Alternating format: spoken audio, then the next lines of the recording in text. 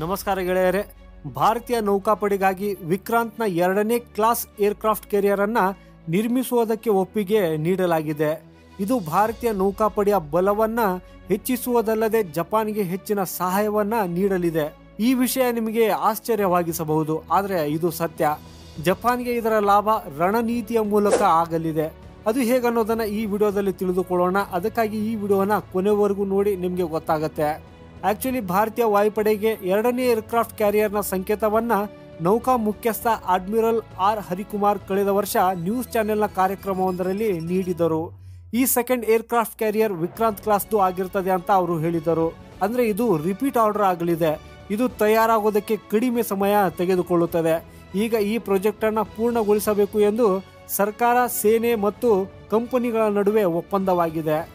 ಇದರಿಂದ ಜಪಾನ್ಗೆ ಹೆಚ್ಚಿನ ಲಾಭವಾಗಲಿದೆ ಎಂದು ರಕ್ಷಣಾ ಎಕ್ಸ್ಪರ್ಟ್ ಅಭಿಪ್ರಾಯಪಟ್ಟಿದ್ದಾರೆ. 2ನೇ ಸ್ವದೇಶಿ ವಿಮಾನ ವಾಹಕ ನೌಕೆ ಅಂದ್ರೆ ಇಂಡಿಜಿನಿಯಸ್ ಏರ್ಕ್ರಾಫ್ಟ್ ಕ್ಯಾರಿಯರ್ IAC-2 ಭಾರತೀಯ ನೌಕಾಪಡೆಗೆ ಪ್ರಯೋಜನವನ್ನು ನೀಡುವುದಲ್ಲದೆ ಸುತ್ತಮುತ್ತಲಿನ ಸಮುದ್ರ ಪ್ರದೇಶಗಳಲ್ಲಿ ಶಾಂತಿಯ ವಾತಾವರಣವನ್ನ ಸೃಷ್ಟಿಸುತ್ತದೆ. IDRW ಪ್ರಕಟವಾದ ಸುದ್ದಿ ಪ್ರಕಾರ 2ನೇ ಏರ್ಕ್ರಾಫ್ಟ್ ಕ್ಯಾರಿಯರ್ನ ಡಿಸ್ಪ್ಲೇಸ್ಮೆಂಟ್ 45,000 ಟನ್ ಆಗಲಿದೆ ಎಂದು ಹೇಳಲಾಗುತ್ತಿದೆ. ಇದು ತನ್ನ ಮೇಲೆ 28 ಫೈಟರ್ ಜೆಟ್ಸ್ ಮತ್ತು ಹೆಲಿಕಾಪ್ಟರ್ಗಳನ್ನು ನಿಯೋಜಿಸೋದಕ್ಕೆ ಸಕ್ಷಮವಾಗಿದೆ. ಹಾಗಾದ್ರೆ ನಿಮಗೆ ಒಂದು ಪ್ರಶ್ನೆ ಬರ್ತಾ ಇರಬಹುದು, ಇದರಿಂದ ಜಪಾನ್ಗೆ ಹೇಗೆ ಪ್ರಯೋಜನವಾಗಲಿದೆ ಅಂತ. ಸೊ ಗೆಳೆಯರೇ, ಅದು ಹೇಗೆ ಪ್ರಯೋಜನವಾಗಲಿದೆ ಅನ್ನೋದನ್ನ ಹಂತ ಹಂತವಾಗಿ ನಿಮ್ಗೆ ಹೇಳ್ತೇನೆ. ಮೊದಲನೆಯದಾಗಿ, ಭಾರತೀಯ ನೌಕಾಪಡೆ ಬಲಿಷ್ಠವಾಗಿದ್ದರೆ ಚೀನಾದ PLA ನೇವಿ ಭಾರತದತ್ತ ಗಮನ ಹರಿಸಬೇಕಾಗ್ತದೆ. ಇದು ಜಪಾನ್ನಿಂದ ಅವರ ಗಮನವನ್ನು ಸ್ವಲ್ಪ ಕಡಿಮೆ ಮಾಡುತ್ತದೆ. ಜಪಾನ್ನ ಸ್ಟ್ರಾಟಜಿಕ್ ಪ್ರೆಷರ್ ಕೂಡ ಕಡಿಮೆ ಆಗ್ತದೆ. ಎರಡನೆಯದಾಗಿ, ಭಾರತೀಯ ಕಡಲ ಪ್ರದೇಶದಲ್ಲಿ ಭಾರತೀಯ ನೌಕಾಪಡೆಯ ಬಲ ಹೆಚ್ಚಿದ ತಕ್ಷಣ ಸುತ್ತಮುತ್ತಲಿನ ಪ್ರದೇಶಗಳ ಭದ್ರತೆ ಹೆಚ್ಚಲಿದೆ. ಇದರಿಂದ ಜಪಾನ್, ಥೈಲ್ಯಾಂಡ್, ಮಯನ್ಮಾರ್ ಮುಂತಾದ ಕರಾವಳಿ ದೇಶಗಳ ಸುತ್ತಲೂ ಸ್ಥಿರತೆಯನ್ನ ತರುತ್ತದೆ. ಕಾರ್ಯತಂತ್ರದ ಸಮತೋಲನವೂ ಆಗುತ್ತದೆ. ಮೂರನೆಯದಾಗಿ, ಈ ಸೆಕೆಂಡ್ ಏರ್ಕ್ರಾಫ್ಟ್ ಕ್ಯಾರಿಯರ್ ಲಾಂಚ್ ಆದ ತಕ್ಷಣ ಭಾರತ ಮತ್ತು ಜಪಾನ್ ನೌಕಾಪಡೆಗಳು ಹೆಚ್ಚು ನಿಕಟವಾಗಿ ಯುದ್ಧಾಭ್ಯಾಸ ನಡೆಸಲು ಸಾಧ್ಯವಾಗ್ತದೆ. ಹೆಚ್ಚಿನ ತಾಂತ್ರಿಕ ಒಪ್ಪಂದಗಳನ್ನು ಮಾಡಿಕೊಳ್ಳಲು ಸಾಧ್ಯವಾಗ್ತದೆ. ಮ್ಯಾರಿಟೈಮ್ ಪೆಟ್ರೋಲಿಂಗ್ ಕೂಡ ಸುಲಭವಾಗಲಿದೆ. ನಾಲ್ಕನೆಯದಾಗಿ, ಜಪಾನ್ ತಲುಪಲು ಸಾಧ್ಯವಾಗದ ಕಡಲ ಪ್ರದೇಶಗಳಿಗೆ ಭಾರತೀಯ ನೌಕಾಪಡೆಗೆ ಹೋಗಲು ಸಾಧ್ಯವಾಗುತ್ತದೆ.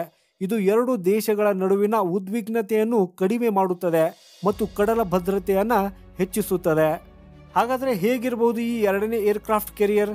ಸೊ ಗೆಳೆಯರೆ, IAC-2 ಅಂದ್ರೆ 2ನೇ ಸ್ವದೇಶಿ ವಿಮಾನ ವಾಹಕ ಯುದ್ಧ ನೌಕೆಯ ಡಿಸ್ಪ್ಲೇಸ್ಮೆಂಟ್ 45,000 ಟನ್ಗಳಷ್ಟಿರ್ತದೆ. ಇದರ ಉದ್ದ 860 ಫೀಟ್, ಬೀಮ್ 203 ಫೀಟ್, ಎತ್ತರದಲ್ಲಿ 194 ಫೀಟ್ ಮತ್ತು ಡ್ರಾಫ್ಟ್ 28 ಫೀಟ್. ಇದು 14 ಡೆಕ್ಗಳನ್ನು ಹೊಂದಿರುತ್ತದೆ. ಇದು 4 ಜನರಲ್ ಎಲೆಕ್ಟ್ರಿಕಲ್ ಎಂಜಿನ್ ಮತ್ತು 2 ಎಲೆಕಾನ್ ಕಾಗ್ ಗೇರ್ ಬಾಕ್ಸ್ಗಳಿಂದ ಚಾಲಿತವಾಗಲಿದೆ. ಪ್ರೊಪಲ್ಷನ್ಗಾಗಿ 2 ಶಾಫ್ಟ್ಗಳು ಇರುತ್ತವೆ.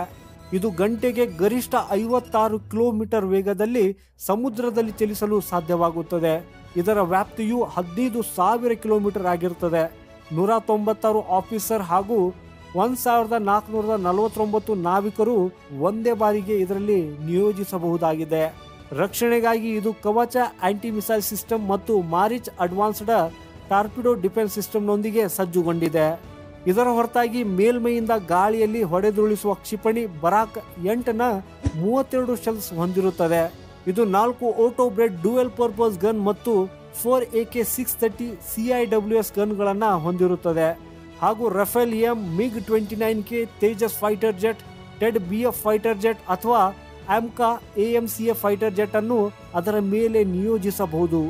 ಇದಲ್ಲದೆ ಕಾಮೋವಾ, ಅಪಾಚೆ, ಪ್ರಚಂಡ್, MH-60R ಅಥವಾ ಧ್ರುವ ಹೆಲಿಕಾಪ್ಟರ್ಗಳನ್ನು ಸಹ ನಿಯೋಜಿಸಬಹುದು. ಸೊ ಗೆಳೆಯರೆ, ಐ ಹೋಪ್ ಭಾರತದ ಈ second Vikrant class aircraft carrier ಇಂದ ಭಾರತದ ನೌಕಾಪಡೆಗೆ ಹೇಗೆ ಬಲ ಬಂದಿದೆ ಹಾಗೂ ಇದರಿಂದ ಜಪಾನ್ಗೆ ಹೇಗೆ ಲಾಭ ಆಗಲಿದೆ ಅನ್ನೋದರ ಬಗ್ಗೆ ಈಗ ತಿಳಿದುಕೊಂಡಿದ್ದೀರಾ ಅಂತ ಅನ್ಸುತ್ತೆ. ಈ ಮಾಹಿತಿ ನಿಮಗೆ ಇಷ್ಟವಾದರೆ ಆದಷ್ಟು ಎಲ್ರಿಗೂ ಶೇರ್ ಮಾಡಿ. ಚಾನೆಲ್ ಅನ್ನ ಇನ್ನು ಯಾರ್ಯಾರು ಸಬ್ಸ್ಕ್ರೈಬ್ ಮಾಡಿಲ್ಲ, ಚಾನೆಲ್ ಅನ್ನ ಸಬ್ಸ್ಕ್ರೈಬ್ ಮಾಡಿ. ಫೇಸ್ಬುಕ್ ಅಲ್ಲಿ ನೋಡ್ತಾ ಇದ್ರೆ ಫೇಸ್ಬುಕ್ ಪೇಜ್ ಅನ್ನ ಫಾಲೋ ಮಾಡಿ. ಸಿಗೋಣ ಮುಂದಿನ ಮತ್ತೊಂದು ಇಂಟ್ರೆಸ್ಟಿಂಗ್ ವಿಡಿಯೋ ಒಂದಿಗೆ. ನಮಸ್ಕಾರ.